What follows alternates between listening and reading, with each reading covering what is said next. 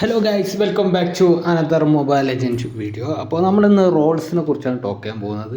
ഇതിലൊരു കുറേ റോൾസ് ഉണ്ട്. ഓരോ റോൾസിലും ഒരുപാട് ഹീറോസും ഉണ്ട്. അപ്പോൾ ഈ റോൾസ് എന്ന് പറഞ്ഞാൽ നമ്മൾ ഓരോ ലൈനിൽ കളിക്കുന്ന ഓരോരോ എന്താ പറയുക ടൈപ്പ് ഓഫ് ക്യാരക്ടേഴ്സാണ്.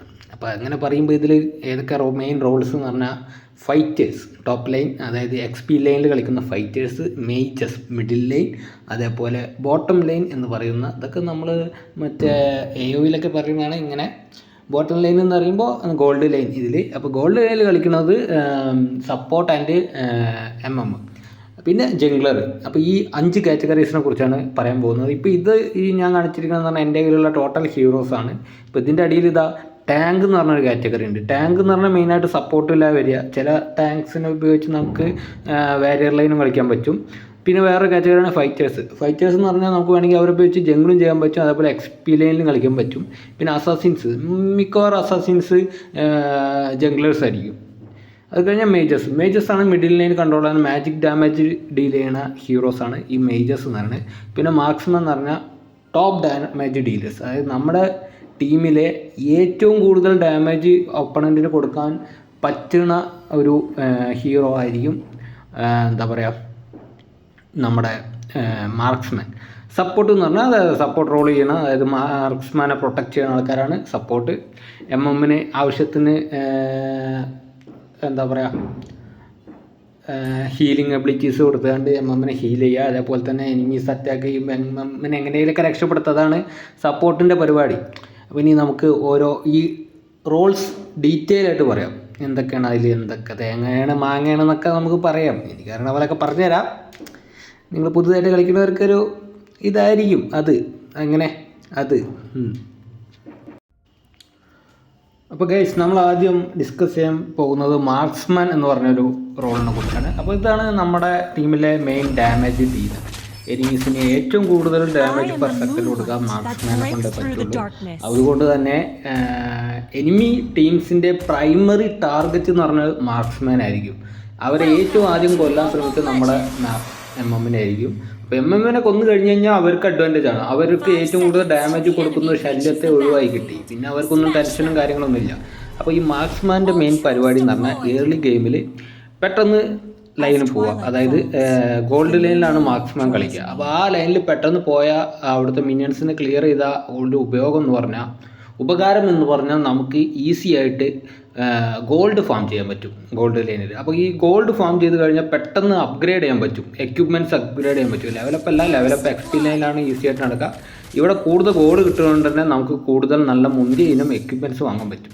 ഇപ്പോൾ എൻ്റെ സപ്പോർട്ട് റോമർ എന്ന സപ്പോർട്ടിന് പറയാം. അപ്പോൾ മുമ്പിൽ വേറെ അവിടെ ഏതോ വഴിക്ക് പോയിരിക്കുകയാണ്. അപ്പോൾ ഞാൻ ഇവിടെ വെറുതെ ഇങ്ങനെ കളിച്ചുകൊണ്ടിരിക്കുകയാണ്. അപ്പോൾ ഇനിയിപ്പോൾ വേറൊരു കാര്യം എന്ന് പറഞ്ഞാൽ എനിക്ക് അത്യാവശ്യം നല്ല രീതിയിലാണ് ഡാമേജ് കിട്ടിയിരിക്കുന്നത്. അപ്പോൾ എൻ്റെ പൊസിഷനിങ് ഒന്നും കറക്റ്റല്ല. ഞാൻ ജസ്റ്റ് ഇങ്ങനെ ക്ലിയർ ചെയ്തുകൊണ്ട് അറ്റാക്ക് ചെയ്തുകൊണ്ടിരിക്കുകയാണ്. അപ്പോൾ മാർക്സ്മാൻ ആയിരിക്കും നമ്മൾ ശ്രദ്ധിക്കേണ്ട ഏറ്റവും ഇമ്പോർട്ടൻ്റ് ആയിട്ടുള്ളൊരു കാര്യം എന്ന് പറഞ്ഞാൽ നമ്മുടെ പൊസിഷനിങ് ആണ്. എപ്പോഴും നമ്മുടെ എനിമീൻ്റെ അടുത്ത് നിന്നും ഒരു നിശ്ചിത ഡിസ്റ്റൻസ് കീപ്പ് ചെയ്തിട്ട് വേണം നമ്മൾ നിൽക്കാൻ.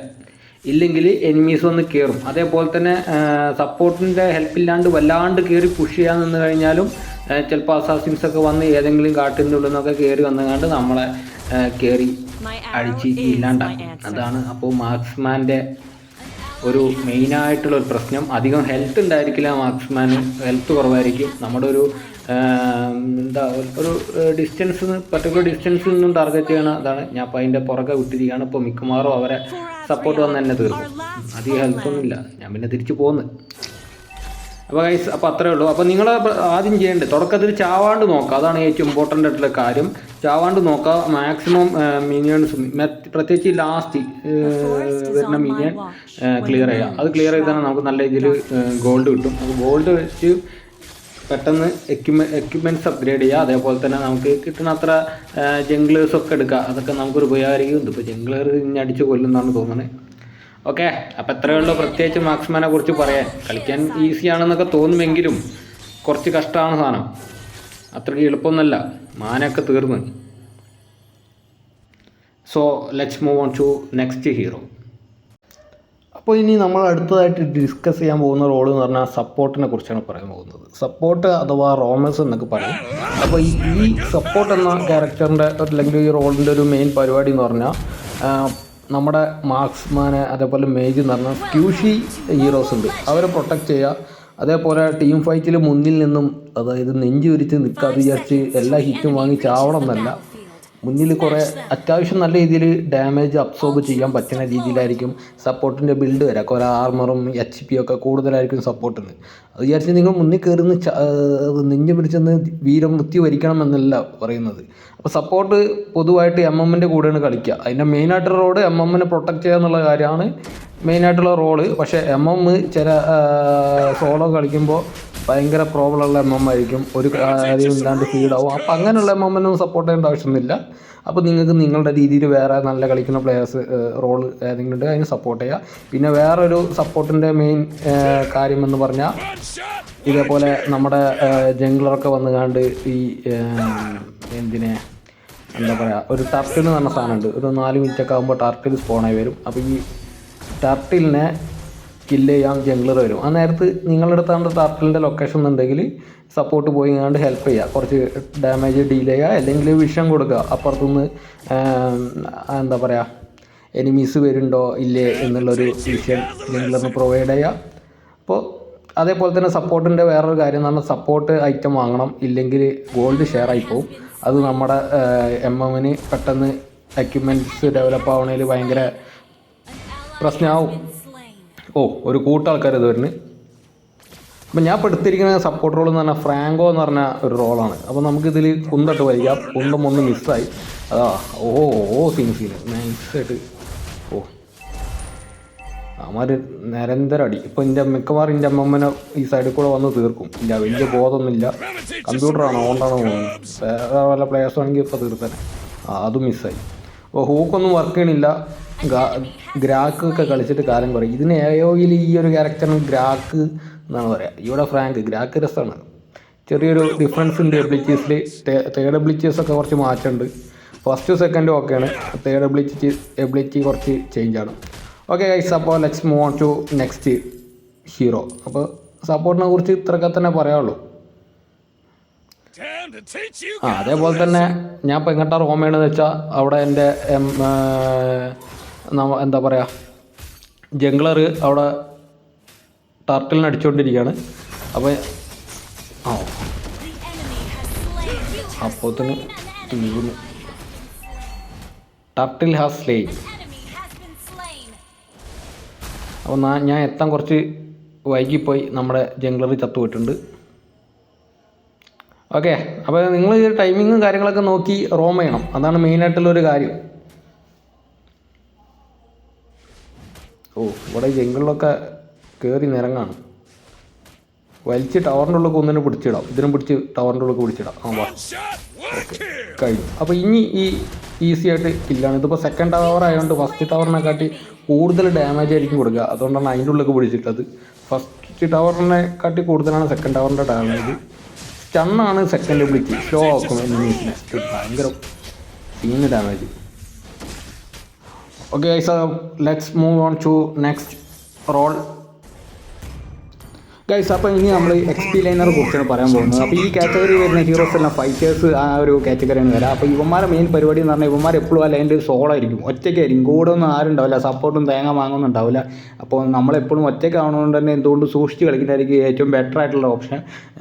അധികം മുന്നോട്ട് പൊസിഷൻ തെറ്റി കയറി ചെന്ന് കഴിഞ്ഞാൽ എനിമിയുടെ ജംഗ്ലർ റൊട്ടേഷൻ ചെയ്ത് വന്നു കഴിഞ്ഞാൽ നമ്മുടെ ഗ്യാങ് ചെയ്യാനുള്ള ചാൻസ് വളരെയധികം കൂടുന്നതാണ്. അതുകൊണ്ട് നമ്മുടെ പൊസിഷനിങ് എപ്പോഴും ഇമ്പോർട്ടൻ്റ് ആയിട്ടുള്ള ഒരു കാര്യമാണ് നമ്മൾ വാരിയറായിട്ട് കളിക്കുമ്പോൾ. അതേപോലെ തന്നെ നമ്മുടെ ഏറ്റവും മെയിൻ ആയിട്ടുള്ള സ്റ്റാർട്ടിങ് ഗെയിമിൽ നമ്മൾ ചെയ്യേണ്ട കാര്യം എന്ന് പറഞ്ഞാൽ നമ്മുടെ മിനിയൻസിനെ എല്ലാം ക്ലിയർ ചെയ്തുകൊണ്ടിരിക്കുക. മൂന്നാമത്തെ മിനിയൻസിലൊരു വുഡൻ സ്ക്രോൾ വരും, അത് കിട്ടിക്കഴിഞ്ഞാൽ XP പെട്ടെന്ന് ലെവലപ്പ് ചെയ്യാൻ പറ്റും.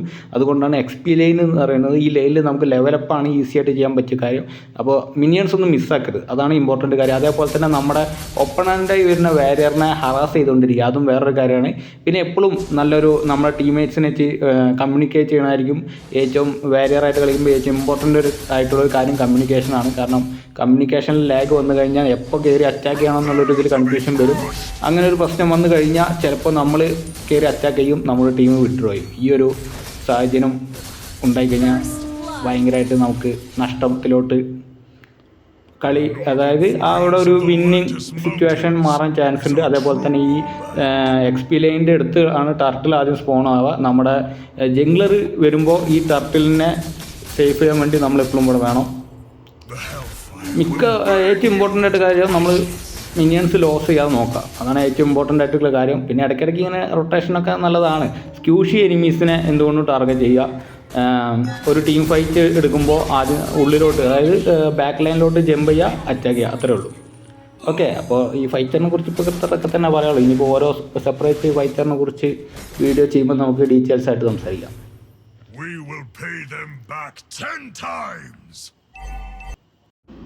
So let's move on to the next role, the mages ആണ് എന്താ പറയുക, മാജിക് ഡാമേജ് ഡീൽ ചെയ്യുന്ന ഹീറോസ്. മെയിനായിട്ട് ഇവർ മിഡിൽ ലൈനാണ് ഇട്ട് കളിക്കുക. അതുകൊണ്ട് മിഡിൽ ലൈൻ ആയതുകൊണ്ട് തന്നെ ഭയങ്കര ഡേഞ്ചറസ് ആയിട്ടുള്ള ലൈനാണ് മിഡിൽ ലൈൻ. രണ്ട് വശത്തു നിന്നും അറ്റാക്ക് വരാൻ ചാൻസ് ഉള്ള ഒരേ ഒരു ലൈനാണ് മിഡിൽ ലൈൻ. ടോപ്പ് ലൈനും വരാം, ബോട്ടം ലൈനിലും ആൾക്കാർ വന്ന് നമ്മളെ ഗ്യാങ് ചെയ്ത്, അതേപോലെ മിഡിൽ നിന്നും കിട്ടും അടി, എല്ലാ സൈഡിൽ നിന്നും അടി കിട്ടും. പക്ഷേ അത് വിചാരിച്ച് കുറച്ച് റിസ്ക്കി ആയിട്ടുള്ളൊരു ലൈൻ തന്നെയാണ് മേജസിൻ്റെ റോള്. കാരണം അത് പറയാൻ ഞാൻ ഒരു ടഫായിട്ടൊരു റോളാണെന്ന് പറയാൻ കാരണം മേജസ് രണ്ട് ക്യാരക്ടറാണ് ചെയ്യുന്നത്. ഒന്നെന്ന് പറഞ്ഞാൽ നമ്മുടെ മാർക്സ്മാനെ പോലെ നല്ല രീതിയിൽ ഡാമേജ് ഡീൽ ചെയ്യാൻ മേജസിൽ പറ്റും. അതേപോലെ തന്നെ റോമറിനെ പോലെ മേജസ് എപ്പോഴും റൊട്ടേറ്റ് ചെയ്തുകൊണ്ടിരിക്കണം. അതായത് കറക്റ്റായിട്ടൊരു മേജസ് ബോട്ടം ലൈനിൽ മാർക്സ്മാൻ്റെ അടുത്ത് വന്നാൽ അത് അവിടെ ഒരു 3 പേഴ്സൺ ആകുമ്പോൾ നമുക്ക് അഡ്വാൻറ്റേജ് ആണ്. അതേപോലെ വാരിയറിനെ സപ്പോർട്ട് ചെയ്യാൻ പോകണം. അതേപോലെ അങ്ങനെ റൊട്ടേറ്റ് ചെയ്തുകൊണ്ടിരിക്കുക. ഒരു മേജ് സെൻട്രൽ പൊസിഷൻ തന്നെ ഹോൾഡ് ചെയ്ത് നിന്നാൽ അത് ടീം ഫൈറ്റിൽ നമ്മുടെ ടീമിന് ഡിസ്അഡ്വാൻറ്റേജ് ആണ്. അതേപോലെ തന്നെ മേജസ് എമ്മിനെ പോലെ തന്നെ സ്ക്യൂഷിയാണ്.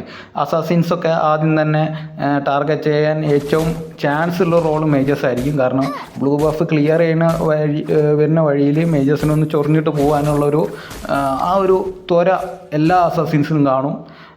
ഇടയ്ക്ക് ജംഗ്ലേഴ്സിനാണ്, അസാസിൻ എന്ന് പറയുന്നത് ജംഗ്ലേഴ്സിനാണ്. അതായത് ബ്ലൂ ബഫ് ക്ലിയർ ചെയ്ത് ബോട്ടം റെഡ് ബഫ് എടുക്കാൻ വരുന്ന വഴിക്ക് പോണ വഴിക്ക് ഈ മേജസിൻ്റെ തലയിലൊന്ന് കയറാമെന്നൊക്കെ നമുക്ക് എന്തായാലും തോന്നും. അത് നോർമലാണ്. അപ്പോൾ അതൊക്കെ നമ്മൾ നോക്കി കണ്ട് കളിക്കണം. അതേപോലെ ഏറ്റവും ഇമ്പോർട്ടൻ്റ് ആയിട്ടൊരു കാര്യം മിഡിൽ ലൈനിൽ അഡ്വാൻറ്റേജ് ഉണ്ടാക്കിയെടുക്കുക എന്നുള്ളതാണ്. നമ്മുടെ എനിമീസിനെ മാക്സിമം ബാക്കോട്ട് അടിച്ചുകൊണ്ടിരിക്കുക. എനിമീസിനെ അധികം ഇങ്ങോട്ട് കയറി വരാണ്ട് പിടിച്ച് നിൽക്കുക. പെട്ടെന്ന് മിനിയൻസിനെ ക്ലിയർ ചെയ്യുക, ഗോ ടു അതർ ലൈൻസ്. അത്രേ ഉള്ളൂ മേജസിൻ്റെ റോള്. ഒരുപാട് മേജസിൻ്റെ ഓരോ മേജസിനും പ്രത്യേക റോളാണ്. മെയിനായിട്ട് ക്രൗഡ് കൺട്രോളിങ് എബിലിറ്റീസ് ആയിരിക്കും മേജസിന് ഉണ്ടാവും. അപ്പോൾ അതുകൊണ്ട് തന്നെ ടീം ഫൈറ്റിൽ കറക്റ്റായിട്ട് അത് പ്ലേസ് ചെയ്ത് കൊടുക്കുക, അവരെ സ്റ്റൺ ചെയ്യാൻ പറ്റുക. അതുകൊണ്ടാണ് ഞാൻ സ്റ്റൺ ചെയ്തു, അത്രേ ഉള്ളൂ. നമ്മുടെ ഒരു സപ്പോർട്ടിനോ അല്ലെങ്കിൽ നമ്മുടെ ഡാമേജ് ഡീലർക്ക് ഈസി ആയിട്ട് അതിനെ കൊല്ലാൻ പറ്റും. അതാണ് മേജസിൻ്റെ ഇമ്പോർട്ടൻ്റ് ആയിട്ടുള്ള വേറൊരു എബിലിറ്റീസ്. സ്റ്റണ്ണറായിരിക്കും, നല്ല സ്റ്റണ്ണറായിരിക്കും. സപ്പോർട്ടിനെ പോലെ തന്നെ ക്രൗഡ് കൺട്രോളിങ് എബിലിറ്റീസ് ഓൾമോസ്റ്റ് എല്ലാ മേജസിനും ഉണ്ട്. അതേപോലെ തന്നെ നല്ല രീതിയിൽ ഡാമേജ് ഡീലേഴ്സും ആയിരിക്കും. അപ്പോൾ അത്രയുള്ള മേജസ് ഏറ്റവും ഡേഞ്ചർ ആയിട്ടുള്ളൊരു പൊസിഷനാണ് മേജസ്. ഇങ്ങനെ നമ്മൾ റൊട്ടേറ്റ് ചെയ്യുമ്പോഴായിരിക്കും നമ്മൾ ഏറ്റവും കൂടുതൽ മരണപ്പെടാനുള്ള ചാൻസ്. അവിടെ ഒരു അസാസിൻ ഉണ്ട്, അതിനെ തീർത്തു. ഓക്കെ, ഇത് മിക്കവാറും ഞാൻ ചാവും, ഓടിക്കളയാം, വേറെ വഴിയില്ല. അപ്പോൾ തന്നെ നമ്മുടെ ടീം നമുക്ക് സപ്പോർട്ടിനായിട്ട് വന്നുകൊണ്ട് ഞാൻ കഴിച്ചില്ല. ഏതാണ് ഇല്ലേ, അപ്പോൾ തന്നെ തീർന്നിരുന്നു. ഓക്കെ ഗൈസ്, അപ്പോൾ ഇത്രേ ഉള്ളൂ മേജസിനെ കുറിച്ച് പറയാം. മേജസ് കിടിലൻ സാധനമാണ്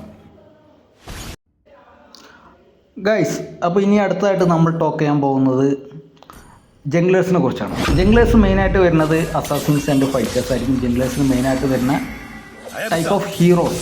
അപ്പോൾ ജംഗ്ലേഴ്സ് വളരെ ഇമ്പോർട്ടൻ്റ് ആയിട്ടുള്ളൊരു റോളാണ്.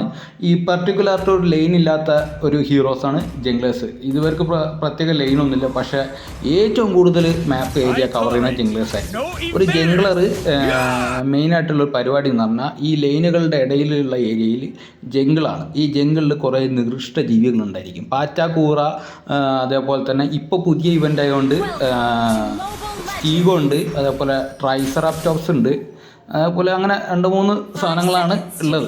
സ്റ്റീഗോൻ്റെ കുഞ്ഞുമാണ് ബ്ലൂ ബഫ് ആയിട്ട് കിടക്കുന്നത്. അതേപോലെ ട്രൈക്കാണ് റെഡ് ബഫ് ആയിട്ട് കിടക്കുന്നത്. അപ്പോൾ ഇതാണ് പുതിയ മാപ്പിൽ പുതിയ ഇവൻ്റ് കൊണ്ട് വന്നിട്ടുള്ളൊരു മാറ്റം. അപ്പോൾ നമ്മുടെ പരിപാടി എന്ന് പറഞ്ഞാൽ ഈ ഒബ്ജക്റ്റീവ്സ് ക്ലിയർ ചെയ്യാന്നുള്ളതാണ് ഏറ്റവും ഇമ്പോർട്ടൻ്റ് ആയിട്ടുള്ള റോള്. കില്ലിംഗ് ഒക്കെ പിന്നെ നമ്മുടെ മെയിൻ പരിപാടി ക്ലിയർ ഓൾ ദ ഒബ്ജക്റ്റീവ്സ്. അതായിരിക്കും നമുക്ക് ഫസ്റ്റ് ചെയ്യേണ്ടത്. ഒബ്ജക്റ്റീവ്സ് എന്ന് പറഞ്ഞാൽ എങ്ങനെ മിനിയൻസ് ക്ലിയർ ചെയ്യുക, അതേപോലെ എങ്ങനെ റൊട്ടേറ്റ് ചെയ്യുക, കറക്റ്റ് ടൈമിൽ മിനിയൻസ് അല്ലല്ലോ ജംഗിൾ ക്ലിയർ ചെയ്യുക, അതേപോലെ തന്നെ റൊട്ടേറ്റ് ചെയ്യുക, കറക്റ്റ് ടൈമിൽ മറ്റേ ടർട്ടിലിനെ പിടിക്കുക. ഇതാണ് നമ്മുടെ ജംഗിൾ എന്ന് പറയുമ്പോൾ നമുക്ക് മെയിനായിട്ടുള്ള പരിപാടി. ഞാൻ ഇപ്പോൾ എൻ്റെ ഒരു ആവേശത്തിൽ അപ്പുറത്തെ ജംഗ്ലർ ഉണ്ടോ നോക്കാൻ വേണ്ടി പോയി നോക്കിയതാണ്. അത് നമുക്ക് ഗോൾഡ് നോക്കി മനസ്സിലാക്കാൻ പറ്റും അപ്പുറത്തെ ജംഗ്ലർ ടോപ്പാണോ ബോട്ടമാണോ എവിടെയാണ് കളിക്കുന്നതെന്ന്. അപ്പോൾ പിന്നെ ജംഗ്ലറുടെ വേറെ ഒരു മെയിനായിട്ടുള്ള പരിപാടി എന്ന് പറഞ്ഞാൽ നമ്മൾ ഈ ഫൈറ്ററിനെയോ അതോ ടാങ്കിനെയോ ടാർഗറ്റ് ചെയ്യാൻ നിൽക്കരുത്. എപ്പോഴും അവരുടെ MM-നെ അല്ലെങ്കിൽ അവരുടെ മെയ്ജിനെ, ഈ രണ്ട് ക്യാരക്ടേഴ്സിനെ അറ്റാക്ക് ചെയ്യുക, റോളിനെ അറ്റാക്ക് ചെയ്യാനാണ് ട്രൈ ചെയ്യേണ്ടത്. ഈ വാരിയേഴ്സിനെ അതോ അല്ലെങ്കിൽ ടാങ്കിനെ അറ്റാക്ക് ചെയ്ത് ആ കില്ലിനൊന്നും വലിയ ഇമ്പോർട്ടൻസ് ഒന്നും ഇല്ല.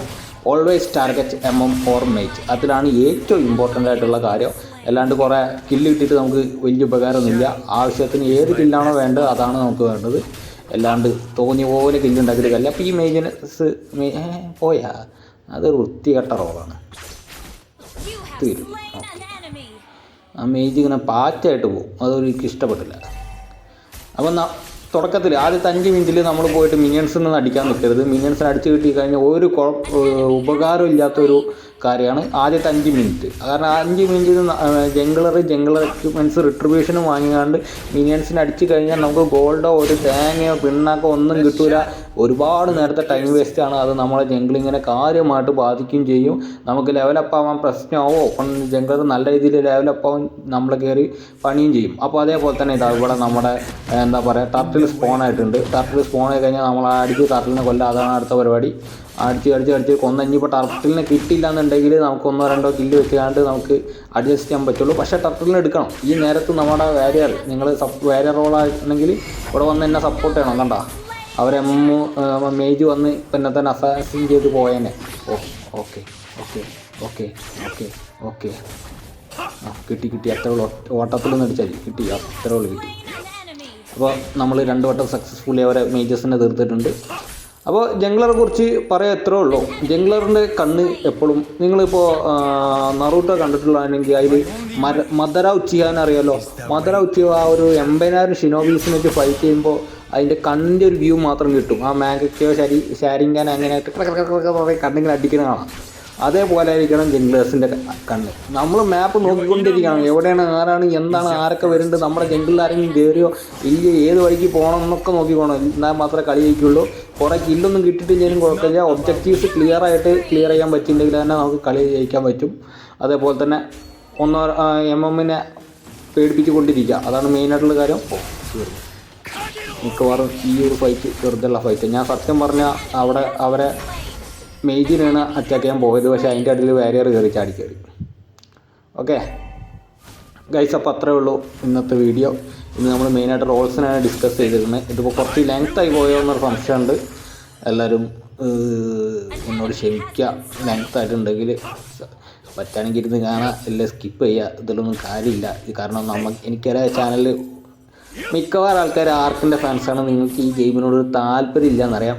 എന്തെങ്കിലുമൊക്കെ കണ്ടൻറ്റൊക്കെ ക്രിയേറ്റ് ചെയ്യേണ്ടേ, ആർക്ക് ക്രിയേറ്റ് ചെയ്യാൻ മടിയ ഇതുകൊണ്ടാണ് എത്രയും പെട്ടെന്ന് ആർക്കിൻ്റെ അടുത്ത വീഡിയോ ആയിട്ട് ഞാൻ വരുന്നത്. നെക്സ്റ്റ് നമ്മൾ ബോസ് ഫൈറ്റ് ആയിരിക്കും ആർക്കിൽ. See you on next video. Okay bye, good night, see you. അവരെ ജംഗ്ലറിനെ കിട്ടി. അയ്യോ, അവിടെ ഒരു കൂട്ടാൾക്കാർ വന്നു ചെയ്യാൻ പറ്റും. അത്ര ഉള്ളൂ. സോറി, അവരെ MM-ന് കിട്ടി. Okay, see you next video.